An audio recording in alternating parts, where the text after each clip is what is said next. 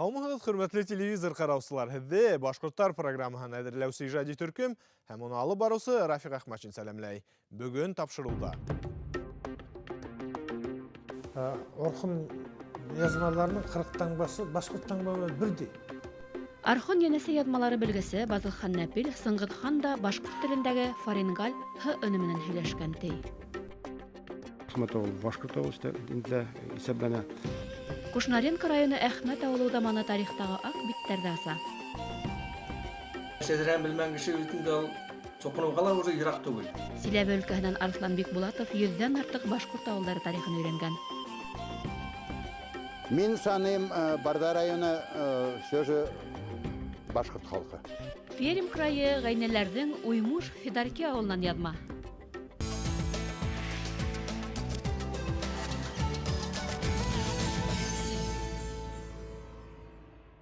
Башқұрт дәулет университетінің Шәрқият кафедраһы түркі тілі сител ғалимдары, фән эшмәкәрләре менән даими ижади хезмәттәшлек итә. Күптән түгел милләттәшләребез монгол, алтай телдәре Архон енесе язмалары белгесе, филология фәннәре кандидаты түрколог Базылхан Нәпилде каршыланы. Рәсәйдә һәм дөньяла танылган галим менән безнең хәбәрселәрдә танышты. Базылхан Нәпилдең сәфәренең максаты башкорт менән кадактың гыйльми хезмәттәшлеген ныгыту ине. Ул студентларга борынгы язмалар буенча лекция укыны башкорт телчеләре менән аралашты. Мен бірінші рет Башқұртстанда Уфа қаласындамын. Өте жақсы екен, өте тамаша халық. Бұл тілдің өз тілін ұмытпапты башқұртлар. Қазір де сөйлесіп жатыр. Маған жақсы болды, қуаныштым. Өйткені тілін ұмытқан жұрт өзін, тілін жоғалтқан жұрт өзі жоғалып кетеді. Мысалы, қазақ тілінің мәселесі өте күрделі болды. Шын мәнінде қазақтар орысқа айланып бара жатты. Бірақ тіл сақталды. Тіл бұл Тәңірдің сыйы. Нәпил нәселен орхы янәсә язмаларын өйрәнүсе династия дип атарга мөмкин. Борынгы язмалар менән кызыксыну Базылхан Нәпилгә атаһынан күсә. Башқұрттар ең көне тілдердің бірі. Оның мына хөйле дегендегі х фарингальный дыбыс дейді. Мына көмей тілі. Көмей тілі ең көне тіл. Біздің пікірімізше башқұрт тіл біздің заманымыздың бұрынғы 1-2 ғасырларда хундар империя құрды. Осында келген башқұрттар хундардың ең бірінші тайпасы, ең үлкен ұлы тайпасы. Сондықтан башқұрт тілінде мына хөмен айтылатын дыбыстар ең көне дыбыстар болып саналады. Бихисап монографиялары фәнни тәрҗемәләр авторы титтәннән артык телдә иркен аралаша. Кадак, төрки, гәзит журналдарында даими батыла. Телевидение, радиола сыгыш яһай. Билдәле түрколог бездә беренче тапкыр булуына карамастан башкорт халкын күптән белә. Менің руым Керей.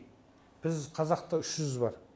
300-дің ішінде ұлы жүз, орта жүз, кіші жүз дейді. Біз орта жүздеміз. Орта жүздің ішінде арғын, тарақты, қыпшақ, найман, Керей, уақ, қоңырат дейді. Осында 7 тайпа бар. Соның ішіндегі мен Керей тайпасынан боламын. Башқұрттарда Керей бар. Енді қараңыз, біз қандай тығыз болғанбыз. Қазір ұмытып барамыз. Біз қыз алысып, құдаласып, сөйтіп тұрғанбыз. Одан кейінгі енді саяси жағдайлар көп өзгерді. Сондықтан біз байланысымыз үзіліп қалды. Біз байланысымызды өзаралыға, байланысымызды жақсартуымыз керек. Галимды башкортлар фәнни яктан гына кызыксындырмай, уның тамырлары Гәрәй ырыуына барып тоташа. Орхун язмаларының 40 таңбасы башқұрт таңбамен бірдей. Никого других народов такой нет. Вот ең қызығы башқұрттардың 40 таңбасы көне түрк жазуының 7-6-8 ғасырдағы таңбамен бірдей. Мен ойлаймын, біз сол орхун жазуларын үйренуіміз керек. Безнең туган теле төрки теленең бер тармагы буларак кына ялеп итмәй билдәле түрколог игътибарын. Башкорт теле галимдың фәнни өлкәһе, нумизматикага туранан-тура кагыла.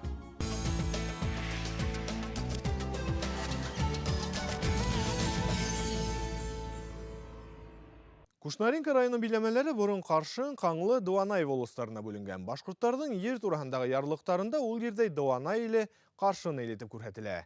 Бұрынғы карталарда Дуана илінің үдәге етіп Бақай, Қаршын илінің үдәге етіп Шәріп, Қаңлы илінің үдәге етіп Әхмәт ауылдары күрәтілген. Әхмәт ауылы Қаңлыларының иң төп ауылдарынан исәпләнә.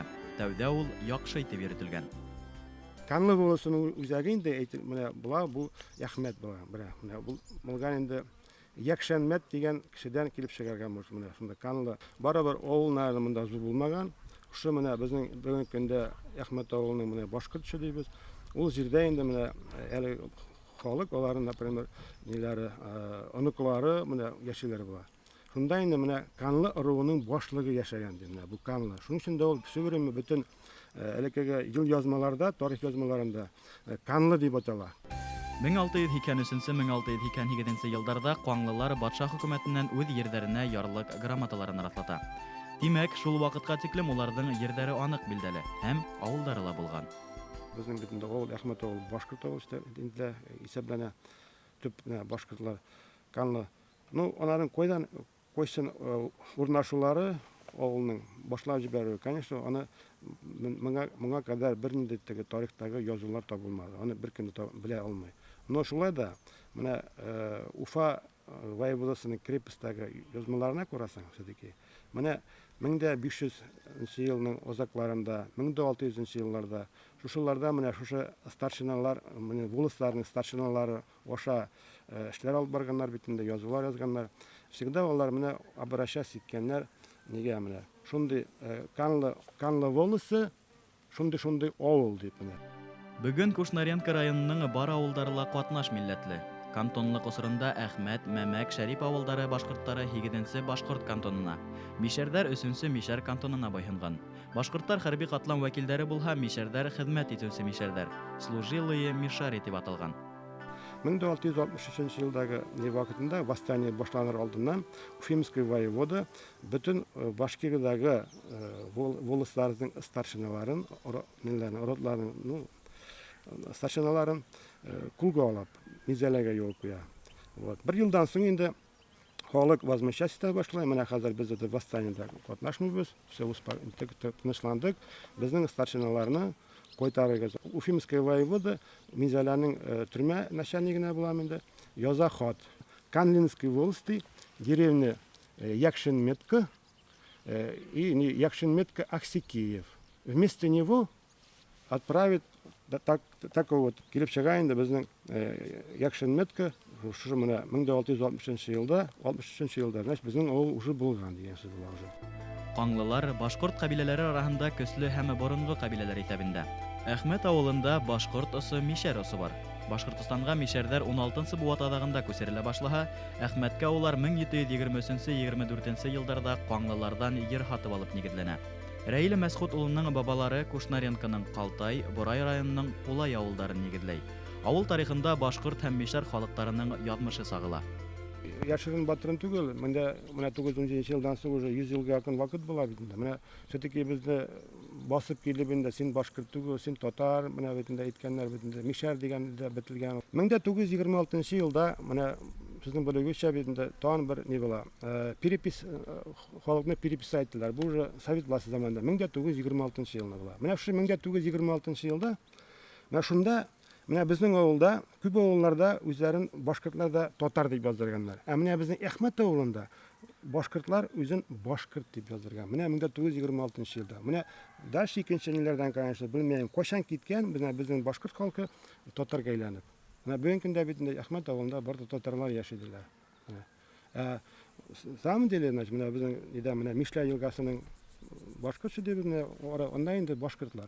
1926 елда булган башкортлар. Мы башкирцы дип язганнар. Башкирис. Они әйләнгән, кайчан әйләнгән? Аны, конечно, белгесез. Ну, халык, конечно, белә. Что башкорт, менә олы бабалар әйтсәң, шул менә нәнә менә сөйләдер, менә картата әйтәдер, без башкортлар. Рәил Хәбәбетдинов кеүек туган якты өйрәнүчеләр авылларның үткәнен күтәрә, тарихтың ак битләрен аса. Уның Мәскәү Өфе архивтары документларына таянып язган китабынан Әхмәт авылы турында гына түгел, Кушнаренко районының башка авылдары хакында ла мәгълүмат алырга мөмкин.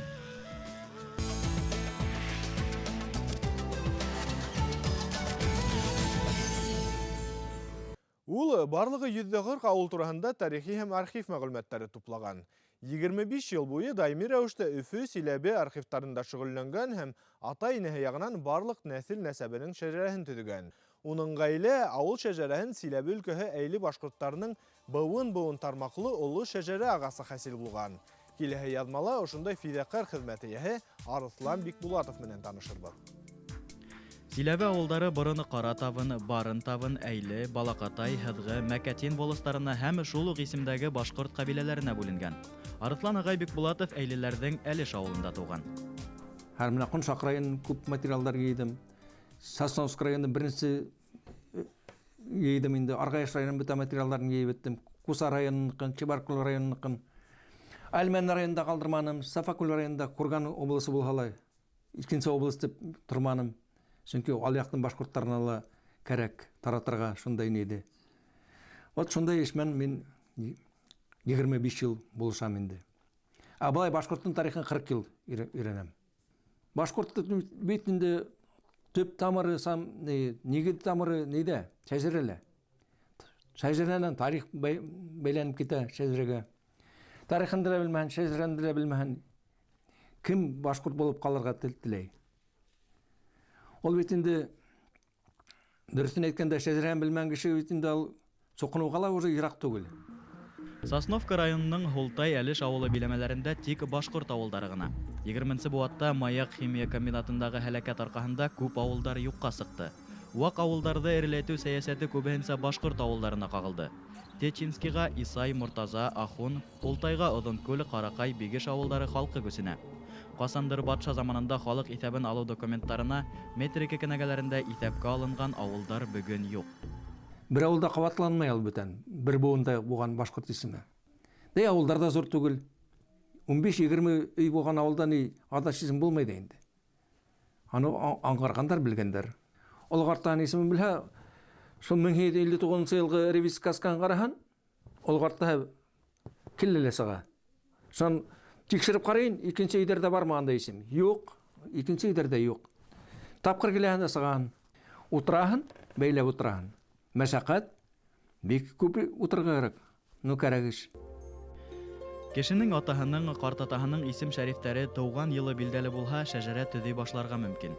Әмма Башкортстанның хәзерге төньяк көнбайышында шулай ук Татарстан биләмәләрендә торып калганы тарихи башкорт ерҙәрендә яшәгәндәрҙең шәҗәрәләрен төҙөүҙә бер аҙ ҡыйынлыҡтар бар. Сөнки уларҙа элек фамилия һәр буын һайын ҡартатаһының исеме буйынса яңырған. Был шәжәрә төҙөүҙә буталсылыҡҡа килтерә. Мишәрҙәрҙең шәжәрәһен төҙөүҙә лә шулай. 1711 елда Ҡарабалаҡ ауылында 7-10 үй булған, Мөслимдә тоже шул 7-10 булған. Ҡоншаҡ ауылында 7-19 үй булған. Шан Ҡоншаҡ ауылын ҡарайым 1759-да 257 үй. Шулай да Үзбәгәрәк яғын Нижний, Верхний ауылдарын төҙөнөм шәжәрәһен. Но бик ауыр ниәтиһән адаш исемдәр күп. Күрше, яңаш кына яшәгән номерҙары буйынса күренеп торалар инде, күрше өйҙәрҙә. 2 ел араһында бер төрҙө исем ҡушҡандар, 2 күрше.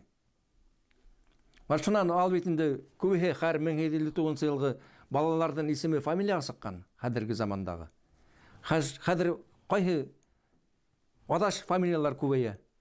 Үзбәгәрәктә бит инде менә ҡараным, бер 5-6 адаш фамилия күберәк тә булып китергә мөмкин. Ҡоншаҡта 10-дан була инде адаш фамилиялар Мишәр ауылдарында.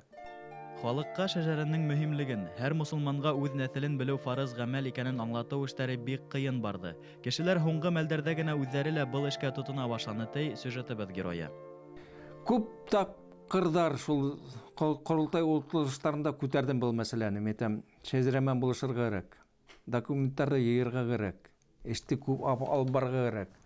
Әйтәм, һәр халыҡ бит бөтә тамырҙарын юғатып ҡала. Юҡ, минән дөрөҫөн әйткәндә көлдөләр. Ал нимәкәгә кәрәк тиҙер. Шунан әйтәләр, ал ауылда кәрәк штөле шәжәрә байрамы үткәреү, халыҡҡа кәрәк штөле тиҙеләр. Шундай ниҙер ҙә ишеттем. Аҡтирмә исеменән үткәрҙек шәжәрә байрамын. Беҙҙең Сосновск районында ла үткәрҙек, Табын ауылында ла, Туҡтыбай ауылында ла үткәрҙек, Әлиш ауылында ла шәжәрә байрамы үткәрҙек. Һәр Дәрбиш ауылында үткәрҙек инде. Халыҡ шул тиклем кинәнеп ҡалды, күптәре белмәй ҙә ҡалды әле. Күпме эшләһәк тә. Килә йылға тағы үткәрәбеҙ тиҙер. Менә халык уянды. Шәҗәрә ыру тарихы. Кабилә айрым гаиләләрнең буындар ел язмаһы. Ул документта, тарихи сыганакта. Шәҗәрәлә нәселдең кан яңгыруы асык күренә. Силәбеләрнең нәсел барлаулары бик күркәмеш. Киләсәктә ул барлык башкорт авылдарына ла таралыр дигән өмет зур.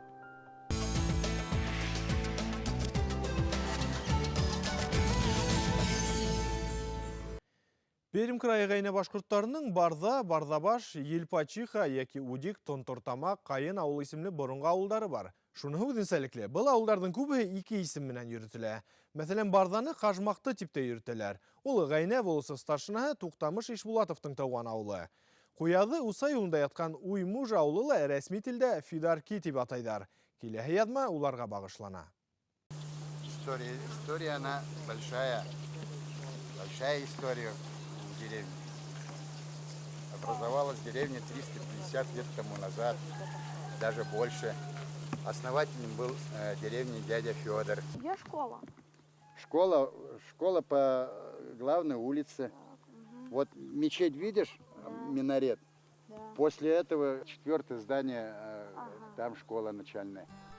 Рафиq Абубәкер улы иянен еш кына үзе кышын саңгыла шуып, яйын еләк йыйып үткән болындарга алып сыга. Авыл касан барлыкка килгән, ниңә авыл Фидарки дип атала, малайдың һораулары күп. Әңгәмәселәргә без дә шул һорауларны бирдек. Авыл гомумән бик борынгы булган. Ул авылның нигезләнә башлавына беренче булып Куяда авылынан башлап Асага юл булган. Екатерина II патшасы булган чакта сәяхәтчеләр биредә ничектер туктап ял итә башлаганнар. Элекке кешеләр атлар белән сәяхәт иткәч, аларның я арбалары, я збруйлары бузылганнар. Һәм аларны шушы арада ремонтлап алырга бик кирәк булган. Шуның өчен биредә иң беренче булып Кузнец кебек нәрсә төзелә башлаган. Шул Кузнецта беренче остачы булып Федор дигән бабай эшли башлаган. Менә шунлыктан русларча бу Федорки дип авылы, Федорки туталышы дип атала башлаган. Барда районының бөтә авылдары ла бүген катнаш милләтле. Әмма улар үзләренең тарихын һәм башкорттың борынгы кабиләһе гайнәләр икәнен белә. Мин, например, bir семьяда минем әтием башкорт, әнием башкирка, туган энекәем башкорт, ә мин татарин. Вот шулай. Мин туган вакытта Пермь шәһәрендә туганым. Пермь шәһәрендә башкорт дип берсендә язмаганнар, татарин дип язып куйганнар. Туын и сразу авылга кайтканым. Әнекәй бер туган энекәй. Туган авылда башкорт, әни башкорт, әти башкорт. Армияда хезмәт иткәндә тоже личное дело на Карейда, замполит батальона Айтая Саянов. Я, говорит, понимаю, у тебя и фамилия, говорит, русская. Мать, говорит, башкирка, отец, говорит, башкир, брат, говорит, башкир. А как ты, говорит, татарин-то оказался? Мен сұрауға ул вакытта жауап бере белмим. Совет заманында ла Барда районының бер генә мәктәбендә лә башкорт теле һәм әдәбияты укытылманы. Әле лә укытылмай. Бер буын гайна башкортлары үзләренең үзенчәлекле һөйләшен оныта бара. Әмма уларның 25-шәр буынды һайдырган гайна шәҗәрәләре бар. Мен саныйм, Барда районы все же башкорт халкы. Башкорт халкы. Аны юкка гына язмаслар, башкорт дип. По-моему, даже и по переписи населения башкортлар татарларга караганда күбрәк. 1826 елда ук Фидаркилла 490 йорт исәпләнгән. Мусулман мәктәбендә 101 бала укыган. 20нче буатадагында авылда 350 хуҗалыкта 1200 кеше яшәгән. Үкенескә каршы һуңгы 30 елда халык ханы 2 тапкырга кәмегән. Күп шәхси хуҗалыктар буш тора.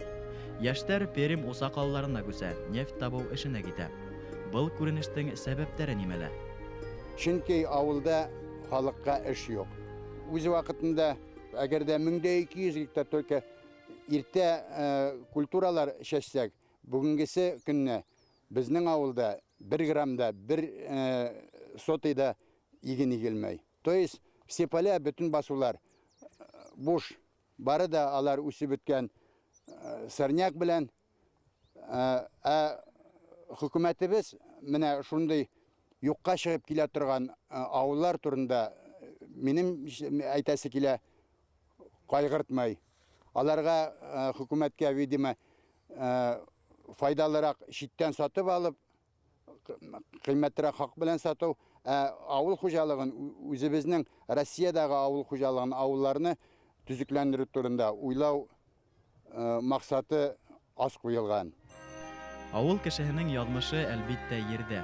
Рәсәйдә ергә мөнәсәбәт һәр вакыт үгәреп тора. Бай инвесторлар килер дә китер, әмма ошо ергә кендек каны тамгандыр, уны ташламас. Яшьтәр дауга 100 менән борылыр дигән өметтә яшәй Фидарки уймыш башкортлары.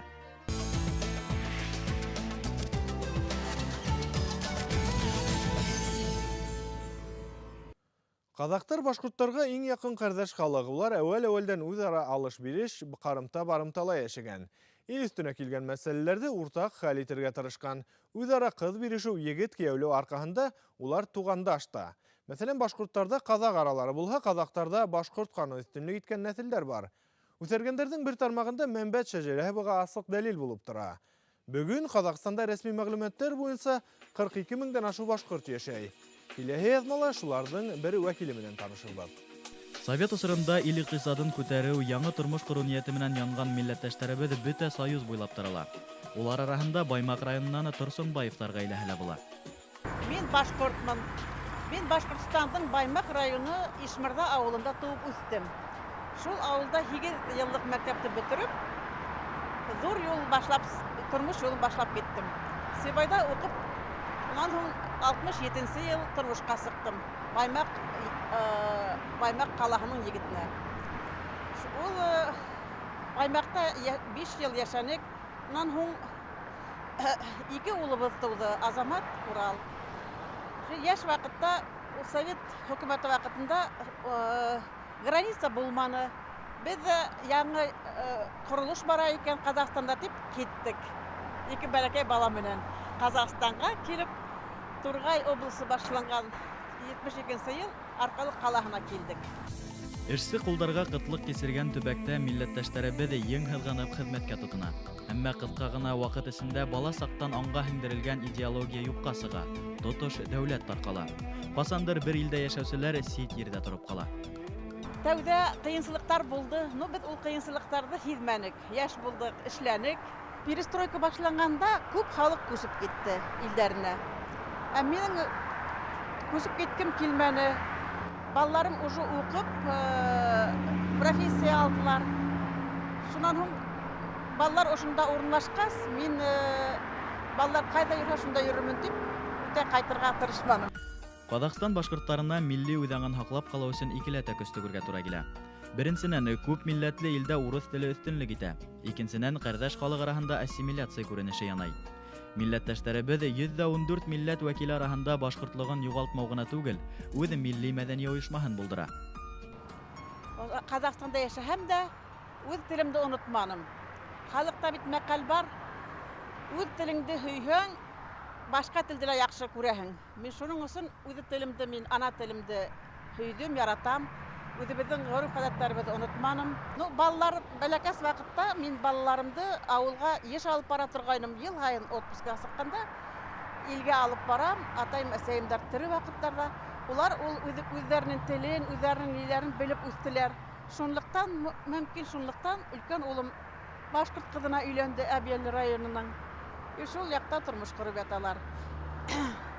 Һәм дә әле белеп булмай, может быть, бәлки без дә шул якка картайганда, может, бәлки якынларбыз да. Кесе улым Костанайда яшәй.